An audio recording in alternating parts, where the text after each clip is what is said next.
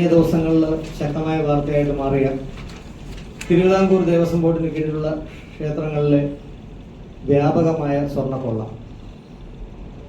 തിരുവിതാംകൂർ ദേവസ്വം ബോർഡിന് കീഴിലുള്ള നെയ്യാറ്റിൻകര ഗ്രൂപ്പിലെ 20-ലധികം ക്ഷേത്രങ്ങളിലെ തിരുവാഭരണങ്ങൾ കാണാനില്ല എന്ന്, അതായത് പാറശാല മഹാദേവ ക്ഷേത്രം ഉൾപ്പെടെയുള്ള ക്ഷേത്രങ്ങളിലെ സ്വർണവും വെള്ളിയും ആഭരണങ്ങൾ കാണാതായി എന്ന് തിരുവാഭരണ കമ്മീഷണറാണ് റിപ്പോർട്ട് കൊടുത്തിരിക്കുന്നത്, കാണാനില്ലെന്ന്. ഇപ്പോൾ ഇവിടുത്തെ പൊതുജനങ്ങളോ ഭക്തജനങ്ങളോ ഇല്ലെങ്കിൽ ഞങ്ങളുടെ സംഘടനയല്ല. ആ റിപ്പോർട്ട് കൊടുത്തതിൻ്റെ അടിസ്ഥാനത്തിൽ കാര്യം ഭക്തന്റെ മനസ്സാണ് വേദനപ്പെടുത്തിയിരിക്കുന്നത്. കാര്യം അവന്റെ വിശ്വാസത്തിനെയാണ് വഞ്ചിച്ചിരിക്കുന്നത്. ക്ഷേത്രത്തിൽ ഓരോ ഭക്തനും അവന്റെ വിശ്വാസത്തിന്റെ പ്രതീകമായിട്ട് കൊടുക്കുന്ന സ്വർണവും വെള്ളിയും അല്ലെങ്കിൽ തിരുവാഭരണം അത് എവിടെയാണെന്ന് ചോദ്യവുമായിട്ടാണ് ഞങ്ങളിന്ന് മുന്നോട്ട് വന്നിരിക്കുന്നത്. കാര്യം പല പല ക്ഷേത്രങ്ങളിലെയും തിരുവാഭരണങ്ങൾ ഇന്ന് അവിടെ ഇല്ല എന്നത് തന്നെ ഇതിലൂടെ തന്നെ നമുക്ക് വ്യക്തമായിട്ട് മനസ്സിലാക്കാൻ സാധിക്കുന്നതാണ്. അതിനു വേണ്ടിയിട്ട് സമഗ്രമായ ഒരു അന്വേഷണം തന്നെ വേണമെന്ന് അടുത്ത ദിവസം തന്നെ മുഖ്യമന്ത്രിക്കും ദേവസ്വം മന്ത്രിക്കും പരാതിയുമായിട്ട് ഞങ്ങൾ മുന്നോട്ട് പോകുന്നുണ്ട്. അപ്പോൾ തീർച്ചയായിട്ടും അത് പൊതുജനങ്ങളിൽ എത്തിയാൽ മാത്രമേ ആ പരാതിക്ക് ഫലം ഉണ്ടാവുള്ളൂ എന്ന് തന്നെയാണ് സത്യാവസ്ഥ. കാര്യം എന്തായാലും വേണ്ട രീതിയിൽ നടപടി ഉണ്ടാകുന്നൊരു വിശ്വാസം തന്നെയുണ്ട്.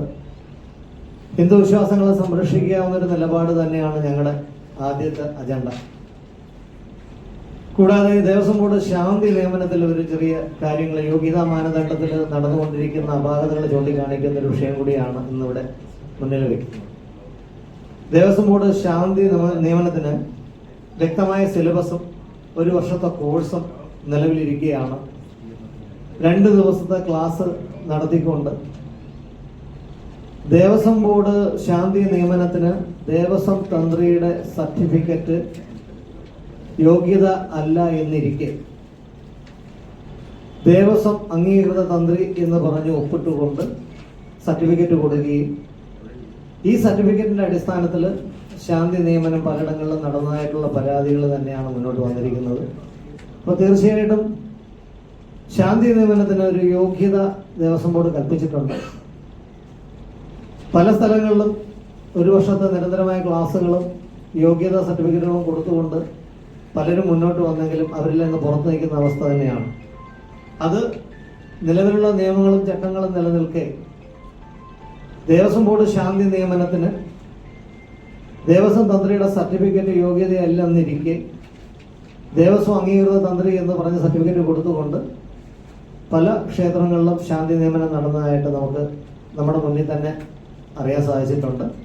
അതിനെതിരെ ശക്തമായ ഒരു സമഗ്രമായ അന്വേഷണം വന്നുകൊണ്ട് യോഗ്യതയുള്ളവർക്ക് അല്ലെങ്കിൽ യോഗ്യതയുള്ളവരെ കണ്ടെത്തി ശാന്തി നിയമനം നടത്തണമെന്ന് തന്നെയാണ് അഖിലേന്ത്യാ പ്രചാരക സഭയുടെ ആവശ്യം. അംഗബലം വർദ്ധിപ്പിച്ചുകൊണ്ട് 2026 സെപ്റ്റംബർ മാസം 20-ാം തീയതി തിരുവനന്തപുരം നഗരത്തിൽ ഒരു സംസ്ഥാന സമ്മേളനം എല്ലാ ആചാര അനുഷ്ഠാന വിശ്വാസികളെയും കൂടെ നിർത്തിക്കൊണ്ട് ഒരു സംസ്ഥാന സമ്മേളനം നടത്തുകയാണ്. അപ്പോൾ ആ കാര്യവും പൊതുജനങ്ങളിലേക്ക് എത്തണം. അത് നിങ്ങൾ വഴി മാധ്യമങ്ങൾ വഴി തന്നെ എത്തണം എന്ന് തന്നെയാണ് ആഗ്രഹം. കൂടാതെ ഇന്ന് ദേശീയ സെക്രട്ടറി ആയിട്ട് നമ്മൾ തിരഞ്ഞെടുത്തിട്ടുള്ള ശങ്കരനാരായണ നമ്പൂതിരി SC, ബ്രഹ്മശ്രീ ശങ്കരനാരായണ നമ്പൂതിരി SC, അദ്ദേഹത്തെ ദേശീയ സെക്രട്ടറി ആയിട്ട് തിരഞ്ഞെടുത്ത വിവരവും നിങ്ങളുടെ മുന്നിൽ എത്തിക്കുകയാണ്.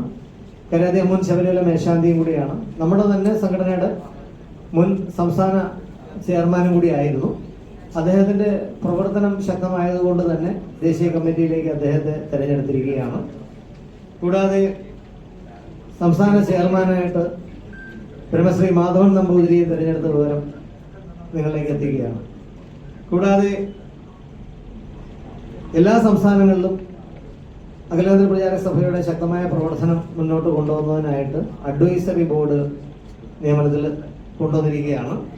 അതിൽ കേരള സംസ്ഥാന അഡ്വൈസറി ബോർഡ് ചെയർമാനായിട്ട് മധു കെ അവറുകളെ തിരഞ്ഞെടുത്ത വിവരം ഇന്നിവിടെ അറിയിക്കുകയാണ്. കൂടാതെ തമിഴ്നാട് സ്റ്റേറ്റ് പ്രസിഡന്റായിട്ട് ഗിരി മണ്ടക്കാടിനെയും തിരഞ്ഞെടുത്ത വിവരം സസന്തോഷം അറിയിക്കുന്നു. കൂടാതെ തിരുവനന്തപുരം ജില്ലയിലെ പുതിയ ഭാരവാഹികളെ പരിചയപ്പെടുത്തുക എന്നൊരു കാര്യം കൂടിയാണ്. തിരുവനന്തപുരം ജില്ലയുടെ ജില്ലാ പ്രസിഡന്റായിട്ട് നമ്മുടെ സംഘടനകളിലൂടെ ശക്തമായ പ്രവർത്തനം കാഴ്ചവെച്ചുകൊണ്ട് മുന്നോട്ട് വന്ന പ്രശാന്ത് ഉണ്ണികൃഷ്ണൻ തിരുവനന്തപുരം ജില്ലാ പ്രസിഡന്റായിട്ടൊന്ന് ചാർജ് എടുത്തിരിക്കുകയാണ്. കൂടാതെ